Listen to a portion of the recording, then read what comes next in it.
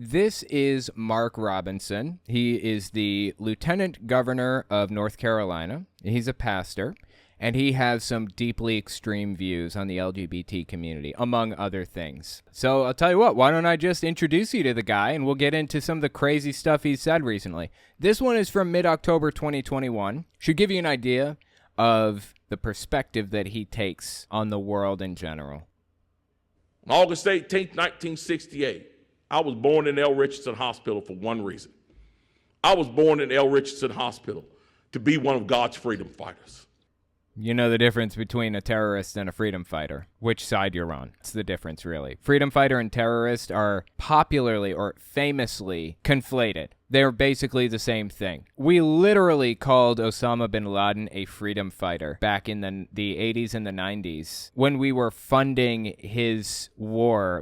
I think we were funding the Mujahideen, right? Ronald Reagan was funding the Mujahideen in the Middle East. And we were giving weapons and ammunition and stuff to Osama bin Laden, calling him a freedom fighter. 2001 rolls around, suddenly he's not a freedom fighter, he's a terrorist. That is the only difference. Which side you're on, that is it. I find it fascinating that he refers to himself as a freedom fighter, knowing that fact, knowing that that's how people view that word. In hospital to be one of God's freedom fighters. Bottom line, nothing else. No ifs, ands, or buts about it. I wasn't born to waver, wasn't born to quiver. Yes, I was not born to make nice. That's why my mother named me Mark, after the God of war. Okay, what God of War? I haven't heard about Mark, the God of War. What? Is there maybe I'm just an uncultured swine, and that's why I don't know. What is he talking about? Mark is a common male given name and is related to the Latin word Mars. It means consecrated to the god Mars and also may mean God of War or to be warlike. Marcus was one of the 3 most common Roman given names. Okay, well that's news to me. I had no idea. Because I'm here to literally make war on the devil. I said the other night, I want to make the gates of hell tremble. I just don't want to make the gates of hell tremble. I want to make the literal foundations of hell tremble. Amen. And I want this nation to join with me and do it.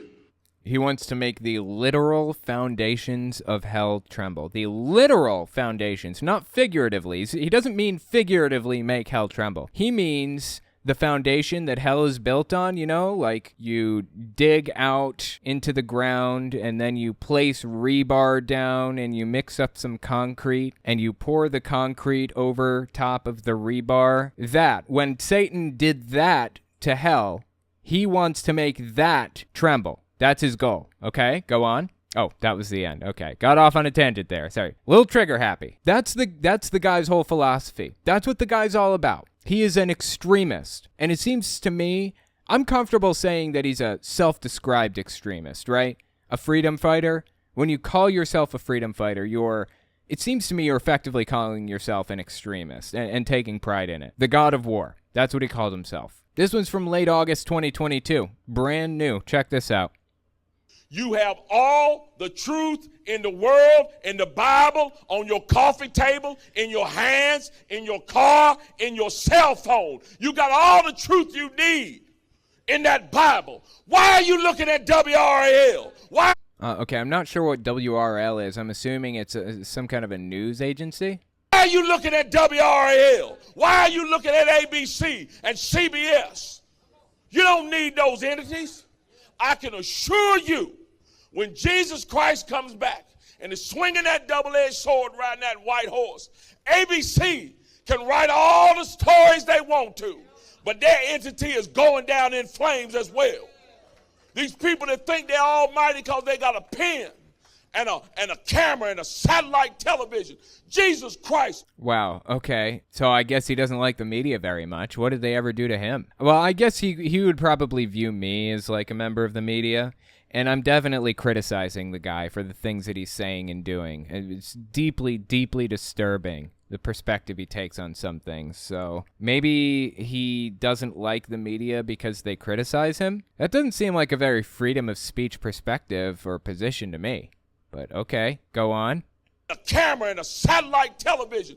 Jesus Christ changed the whole world from the back of a donkey living with friends. He didn't need Facebook. He didn't need Instagram. He didn't need satellite TV. He didn't need a special report to go out all around the world. He changed the world through his faith and through his word. Dude, it's not that he didn't need those things. He didn't have those things. What are you talking about? You think Jesus wouldn't have taken Facebook if it was offered to him? You think he wouldn't have taken Instagram or the Twit or whatever else if he had the option? Of course he would have. Could have gotten his message out way, way faster. Do you have any idea how long it took to spread as far and wide as it did? Eventually, it took like thousands of years to finally reach everybody. People had to die in crusades to spread the message as much as it spread eventually. Maybe nobody had to die if he had Facebook. Who knows? You can't tell me that Jesus wouldn't have taken Facebook if it had been an option at the time. Come on, give me a break, Mark. And through his wisdom. And he has left you a mandate to do the same thing. It's time for the people of the church to stop hiding in the church. It's time for us to get back out in the marketplace. Okay, did church people ever leave the marketplace? Were church people ever hiding? I mean, we're talking extremists here. These people's whole lives are about screaming at the top of their lungs about how much they love Jesus, and if you don't love him just as much, you're going to burn in hell. That's what they're all about. That's what their whole personalities are about. That and loving Donald Trump. That's it. There's no room for anything else in their personalities. Get back out in the political arena. Get back out here on these streets and start being as loud with the truth as the devil is with his lies. Wow, dude. So, yeah, that's Mark Robinson. That's who the guy is. That was his most recent clip, but you may remember him from some other clips I played a while back. This is from early October 2021. If you don't remember who he is, let me give you a little bit of a reminder. This is the clip that really made him famous. Check this out. Once again, dude is the lieutenant governor of North Carolina, and he's a pastor. Listen to this. It is flat out child abuse. Take your children and tell them they have to attend school. Don't have a choice. And then some of them will tell them they don't want you to have a choice where they go to school.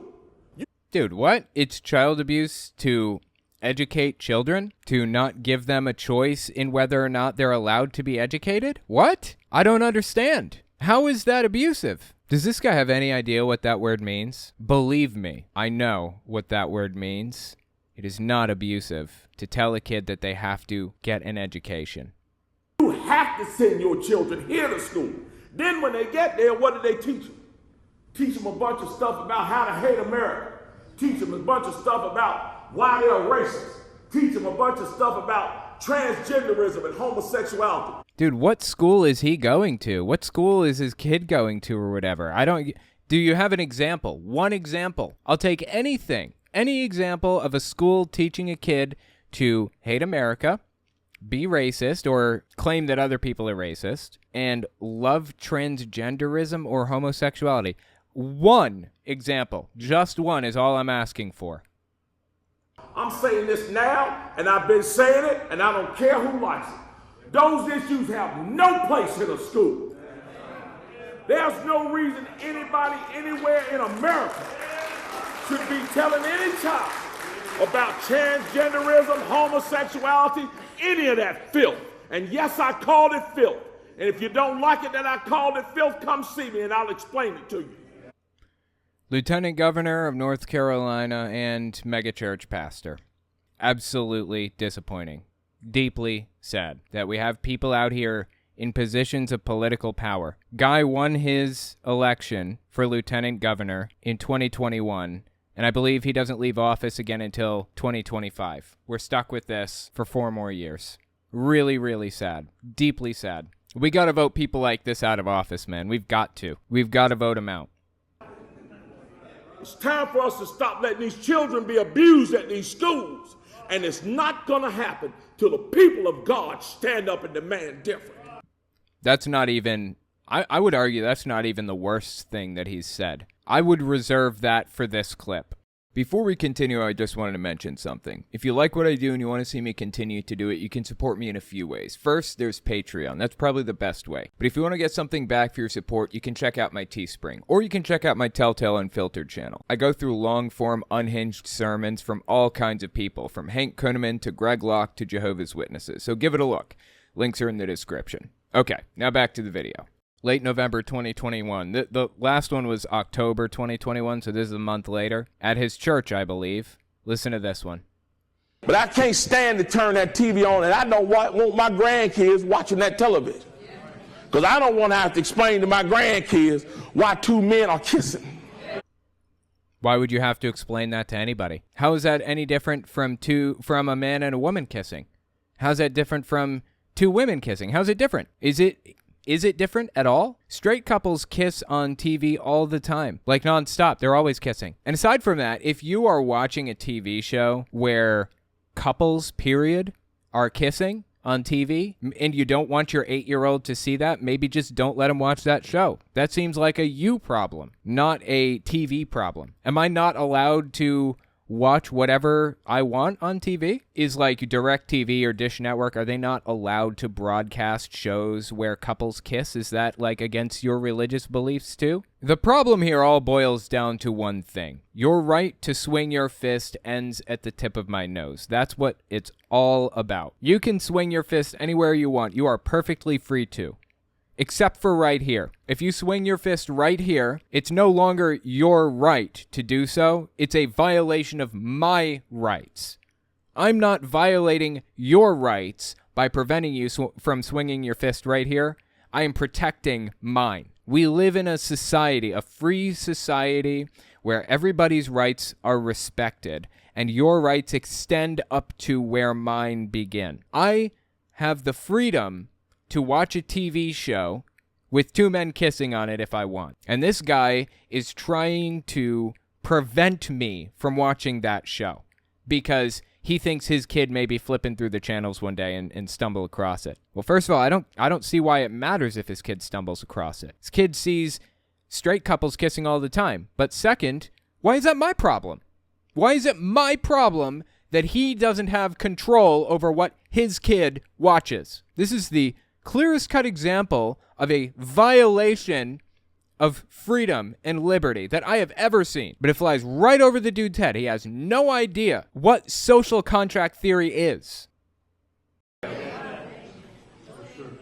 I don't care what anybody thinks that. Get mad at me if you want to.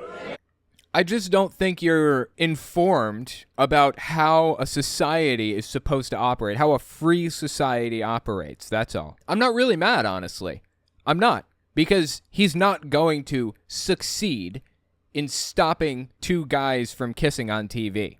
He's going to sit here and complain about it, and I'm going to complain right back that he's doing that. He's going to demonize the LGBT community, and he's going to make it a less hospitable environment intentionally. But there will always be men kissing on TV. We're not going back to a time where, well, I'm hoping we're not going back to a time where being gay is criminalized.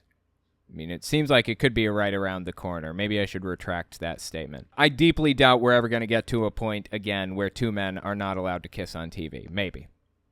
I don't know. But either way, what I'm most upset about is not the possibility that he may bring us to that point. I'm most upset about the fact that he's a lieutenant governor and doesn't understand the basics of social contract theory and democratic and Enlightenment values. He doesn't understand the foundations that the Constitution was built upon in the United States. Like, not even a little bit. That's really what upsets me.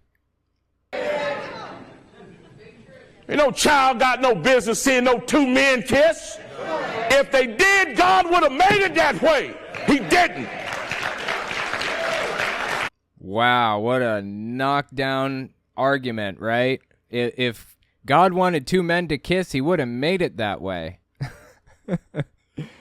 Does it get any more ridiculous than this? Oh my God, dude. Oh my God.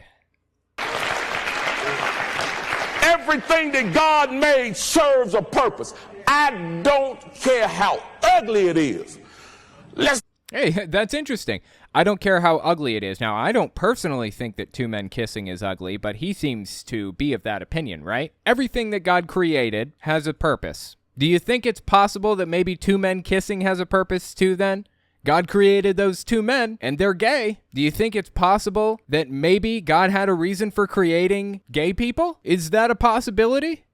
Ugly it is. Let's get a little ugly. I want you to think about what the cows leave behind. Okay. It don't get no uglier than that. But you think about what can be done with what the cow leaves behind. What are you doing with cow manure?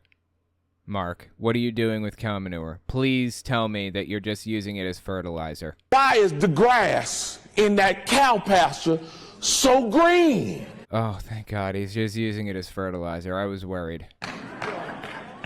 Why is it so lush? Could it be that ugly stuff the cow left behind? See, God created that. He made that for a purpose. Everything that God made, from the foul odor of what the cow left behind to the decaying body of every living creature. You know what I find interesting about this argument he's laying down here? He's making a point. Everything that exists for a reason because God created it, and it's here because he wanted it here, right? You may not understand why it's here or what purpose it serves, but it's here for a reason. Now, I don't believe in God personally. If you do, that's your whole thing, whatever. But that's Mark's belief here, right? Mark seems to believe that everything has a purpose, even if you don't know what it is. Did it ever cross your noggin, Mark, that maybe gay people were created by God too, and they have a purpose? You just don't know what it is yet. You ever consider that one? You ever knock that around the old cashew? Didn't think so. Creature, to the maggots that eat those dead bodies, to the flies that fly around what the cow left. God made all those things for a purpose. Will somebody please explain to me the purpose of homosexuality? Maybe you don't know what it is. God still created it in your mind, right? Isn't this a product of God's world? If God didn't want it to exist, it wouldn't exist, seems to me. You know, God also created parasites that, destroy the human body, too. What's the purpose of having parasites that destroy the human body? Gay people do not harm society in any way, shape, or form. Why is this guy so completely bent out of shape over the LGBT community? There's no logical reason behind it whatsoever. It is entirely emotional. It's entirely emotional for this guy. It's because he doesn't like it. It hurts his feelings. But he is making an interesting point here, if you think about it. From an evolutionary perspective, why are there gay people? And the answer to that question is, there was a point in our history as humans when we weren't strictly monogamous. So back in the day, I'm trying to think about how to say this without violating any, whatever. Long and long ago, there was a time when all of the men from a village would get with the same person around the same time, and that person wouldn't know who the father was on a DNA level. Everybody involved in the process would assume that they were the father, and they would care for the child that came from that whole process, right? So we weren't always monogamous as a species, but evolutionarily, monogamy was selected for because the men who stayed with women and didn't go outside of that were more successful together. The children that came from that relationship grew up to be stronger, and they grew up to be more intelligent and more capable and things like that for one reason or another. I don't think that really applies in today's world if you're in a polygamous relationship. We're in a totally different environment now than we were then. But anyways, that's why monogamy was selected for. So where did gay people come into the equation? I think from what I've read, the research that I've looked at suggests that gay people came into the equation because they were another community member there to help raise the children, basically. And it didn't really matter if they were gay or straight. It didn't matter if they contributed DNA or not. It was irrelevant, basically. That's my understanding of it. I looked into it a little while back. So the question is, what do gay people create? What do gay people, what purpose do they serve? The answer is, from an evolutionary perspective, they contribute community. They're fellow human beings on planet Earth who help and work together and contribute in all sorts of different ways. They hold jobs in local communities. They go to churches. They help people by donating to charities. They are exactly like you in every single way except for one. That's it. But Mark Robinson has picked this one difference out to hate. This is the one that he wants to die on, I guess. This hill. Honestly sad. Like, he just dropped a bomb on us. What do they create? And he's tapping the table like, oh, take that, atheists. So sad, dude. Let's get down to brass tacks. What is the purpose of homosexuality? What does it create? It doesn't need, what do you mean, what does it create? What does a 70-year-old woman create? Nothing, technically. Who cares? They don't create any children. I mean, I assume that's what he's talking about. Who cares if they create children or not? They can create community. They can help people raise children. They can raise children of their own if they want. They could take in children of parents who died in the community or whatever. Or they could have children of their own by getting with somebody who's straight temporarily and then raising the kid themselves. I don't understand. Create gay couple, straight couple, dark room. 9 months later, gay couple, 2 people. 9 months later, heterosexual, 3 people. These people are superior because they can do something these people can't do. Wow, isn't that fascinating? So I guess he's saying that women who had a hysterectomy are inferior to women who have not had a hysterectomy. Am I reading that correctly? Is that right? This guy, obviously he doesn't care if you've had a hysterectomy or not, and he doesn't view you as inferior or superior to anybody else. He's just looking for a reason to view gay people as inferior, and he's found one here. It's flimsy as it comes, but he's latching onto it for dear life. People in the background clapping their hands off over here. This is so sad. Because that's the way God created it to be. And I'm tired of this society trying to tell me it's not so. Society has completely purged God from the building and from the equation. And because of it, we're headed down into a rabbit hole that's going to lead us to something we can't even imagine. What does that even mean? What does that mean? Something we can't even imagine? Like what? Like a world where people can live their lives without being harassed constantly? Where consenting adults can do whatever they want without you sticking your nose in it? I don't understand why that's a bad thing. God destroyed a society because of its immorality. And No, it didn't. No, he did not do that. That's incorrect. He's talking about Sodom and Gomorrah.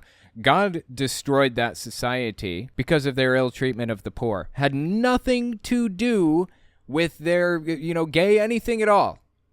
This is one of the most commonly misinterpreted scriptures in the Bible. Had nothing to do with it. But go ahead, I guess keep believing it if that's what you want, incorrectly, whatever. I thought he was a pastor.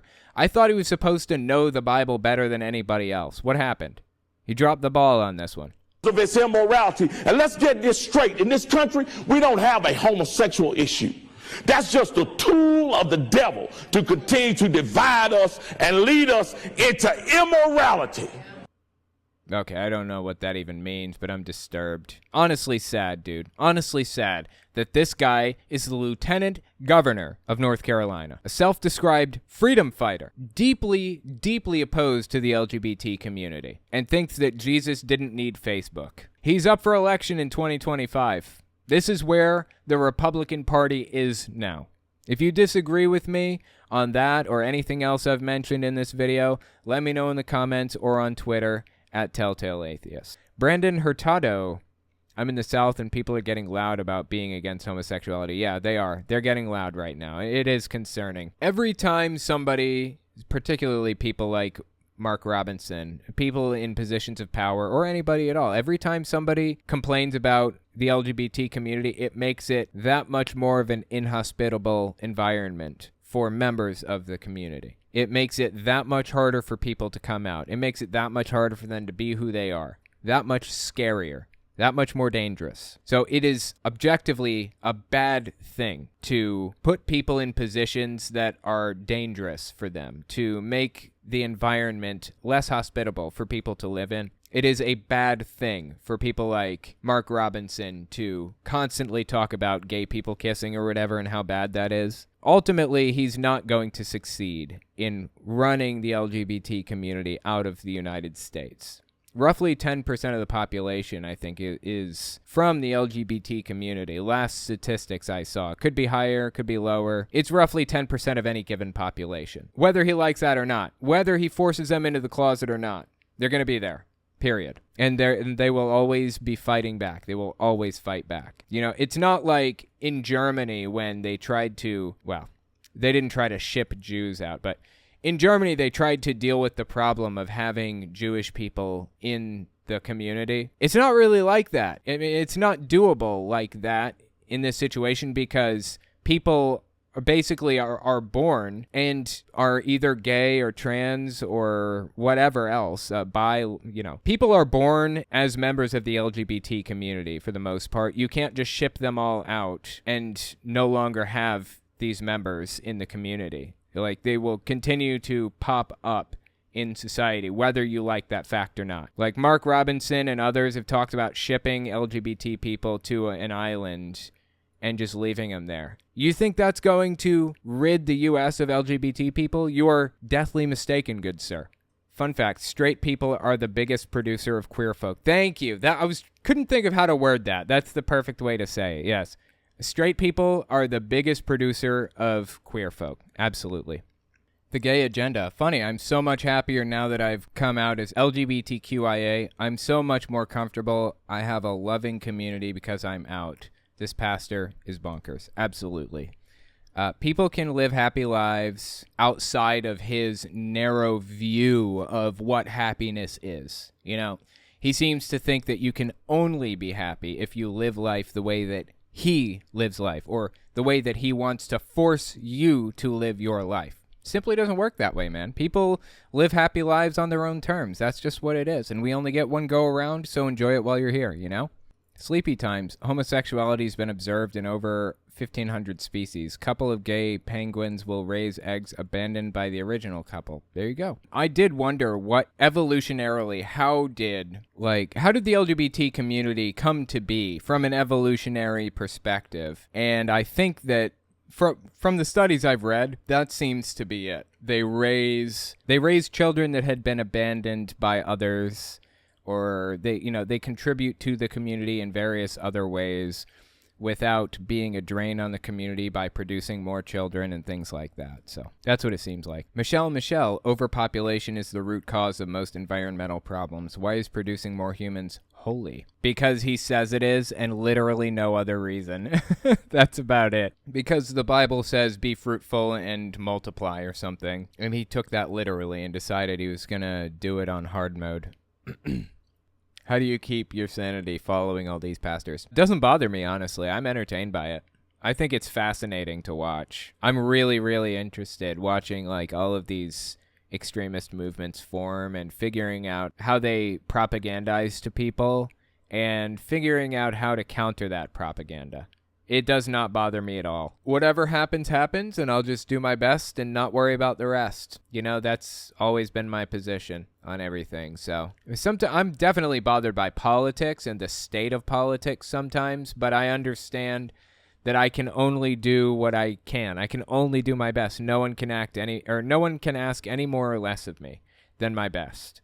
So I will do that and let things play out the way they will. I'm in a privileged position to be very unlikely to be affected by any of the negative policies or anything like that. For example, I'm very close to the age where I wouldn't be drafted under any circumstances. I think 35's the cutoff in most cases. I'm also in New York, which is an extremely progressive state. I'm in New York City, which is a very progressive city. I don't have to worry about gun violence here because there are practically no guns in all of Manhattan or all of New York City in general. Abortion is written right into the state constitution. Plus, if, my wife got pregnant, it wouldn't be the end of the world. We can afford to have a kid if it came to that. And eventually I intend to have another kid. Not now, but at some point. So I'm in a very privileged position where it hurts to see things going downhill. It bothers me deeply, and I will do absolutely everything that I can to try to solve the problem and alleviate it, make it better for others. But I'm not in the direct line of fire. So I can go through this stuff in a position of privilege, understanding that I'm least likely to be negatively affected by it. And as a result, I feel it's my responsibility to try to help those who are.